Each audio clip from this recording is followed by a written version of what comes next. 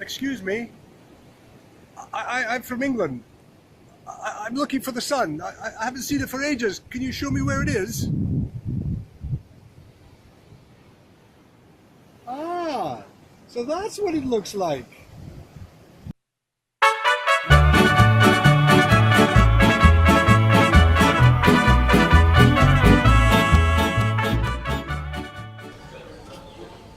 Hola.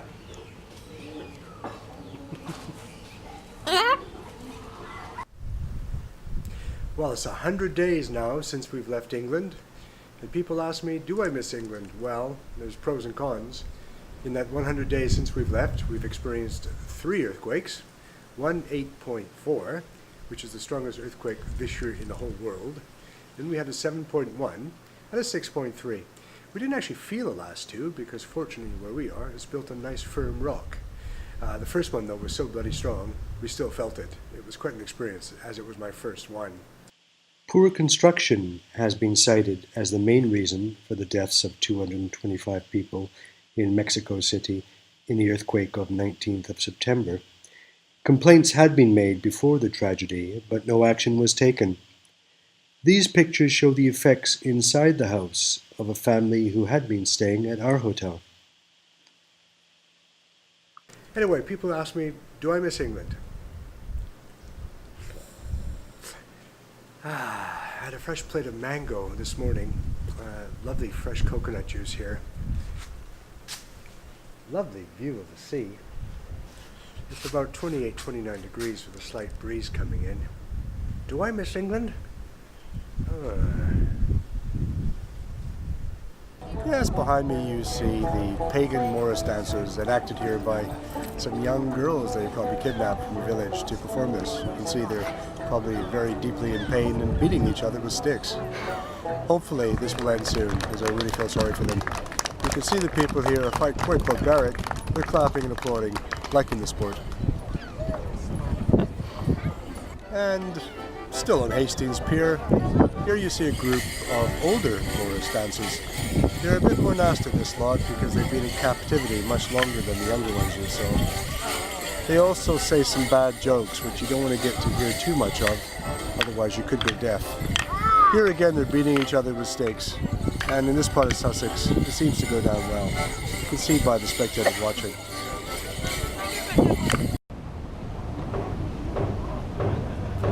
It's construction time again here in Puerto Escondido. As you can see, there's plenty of evidence of construction going on all around us. Apparently, they've been creating a road here, building a road from Oaxaca City to here, which has been in construction now for a number of years. There's only a few miles that need to be completed, and they anticipate that a load more tourists will flock to this area once they build that road. The 104-kilometer highway will reduce the mountainous journey from Oaxaca City to Puerto Escondido from 7 hours to 2. But problems plagued the project. Construction began in 2010 before all land rights were settled, resulting in delays that reportedly included kidnapping of road workers until ransoms were paid. Then the contractor had financial issues, and the government took over the project. But there isn't any funding forthcoming. About 3 billion pesos are needed to complete the work, which hasn't progressed since 2015. Originally, the highway was due to open in 2013. Real estate speculators should not hold their breath. Well, it's the 1st of September today, and ushering in the new month is my new Nikon 5300 camera. Well, this will be the new camera for Travel Thoughts, and also some of Inessa's videos. So we're looking forward to using it, and what a great way to start the month. Now I've just got to learn how to use it. And we are charging the battery. And we are charging the battery. Good. Now how do I put this on? Yeah. Okay. You've reading instruction how to put a strap on, so I won't be surprised. Yes, the strap's on. You haven't had a new camera for how long? I haven't had a new camera for over 30 years. Camera like this, I mean, yeah, we had different cameras. Well, I've used Inessa's cameras, actually, that's not true. I had a compact, which I bought for a magazine, the Lumix, Mm. Yeah, Yeah, which was a good camera. But it it wasn't wasn't a bad. DSLR, it was a point and shoot, but a very good one. But after going to Ghana, it got worse. And it was destroyed by Ghanaian salt water, which eventually, actually I don't think it touched the water, but It wasn't water, it was the air. the air corroded it. I just hope it doesn't do the same to this. But, And when I first came to Britain from Russia, I had a Nikon, yeah, if what you happened to remember. that? It just, I just sold it on eBay because Oh, it stopped GG. to work.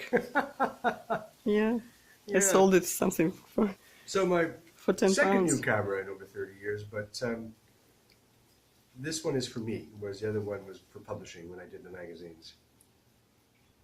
Yeah, look at these. Oh, this is now for Oh, me and YouTube channels. such a big lens. Oh, Wow, big lens. beautiful.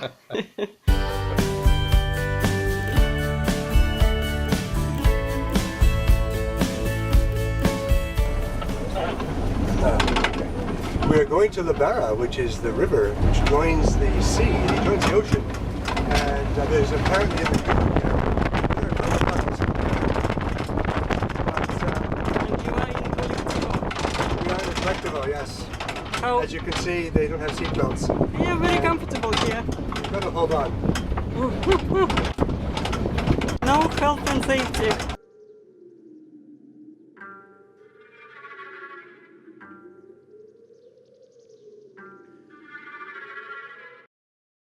The road through Barra reveals a typical Mexican town. Weather-beaten tarmac, plenty of chickens and crowing roosters, and a couple of places farming turkeys. Aloe vera, which treats cuts, itches, sunburns, grows in abundance. Large trees lap up the nearby river water. The favorite tool is the machete, great for cutting coconuts. You see machetes in public on buses and in residential streets. Kids play by the river. Parents, I'm sure, keep an eye out for them, as crocodiles are not too far away in a nearby lagoon. There are signs posted in dangerous spots, this, apparently, not being one of them. Horses are often ridden on the seashore, recreationally or as a mode of transport. The estuary hosts fishermen at dusk casting their nets. Thankfully, this fish didn't make the cut.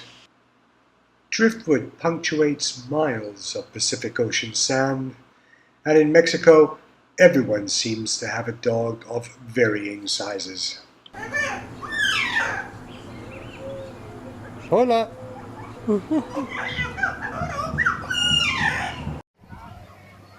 The beaches of Puerto Escondido. Okay, well here we are at another beach, which is Angelito, which is right behind me. And Angelito actually has buoys around it, and they have a lot of fishing trips. But importantly, it's also good for swimming. So it actually has a bit of a protected cove, which unlike La Punta and of course Zicatella, you haven't got the waves coming full on at you, so you can swim here. To my right, on the other side, we have the beach, whose name escapes me. What is it again? And we've forgotten, the camera crew has forgotten, but basically the beach right next to Angelita is for snorkeling. However, the water is still a bit rough out there, so it's stirring up the sand and we can't see much. So today it's actually not good for snorkeling. So we decided to come straight here to Angelito to swim. We sat in a lovely beach right by the sea. We had fish tacos, 70 pesos for 4. We just split them as a snack. We had a bottle of water with us. We also had 3 cups of coffee with milk, 20 pesos each. 130 pesos and a 20 peso tip, 150. And we even had a couple of pastries as well, which we finished off the meal with. So actually quite cheap, considering you're right by the sea, you're getting a nice little tasty snack, and you can spend more if you wish. And enjoy yourself.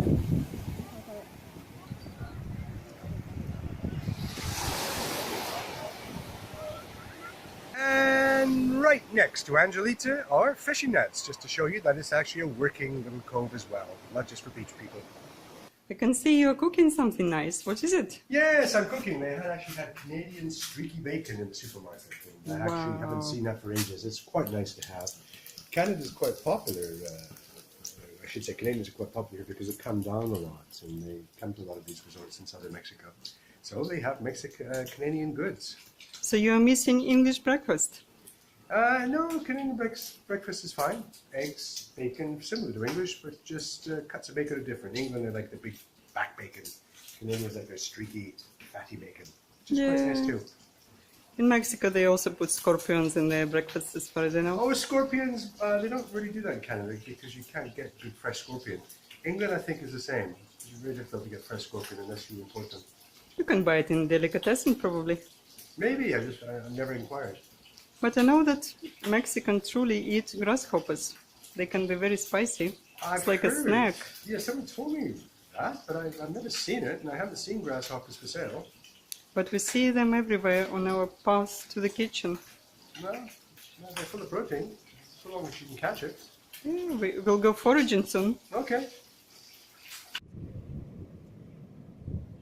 Any travel thoughts, Mr. Williams? Okay. No thoughts, good thoughts.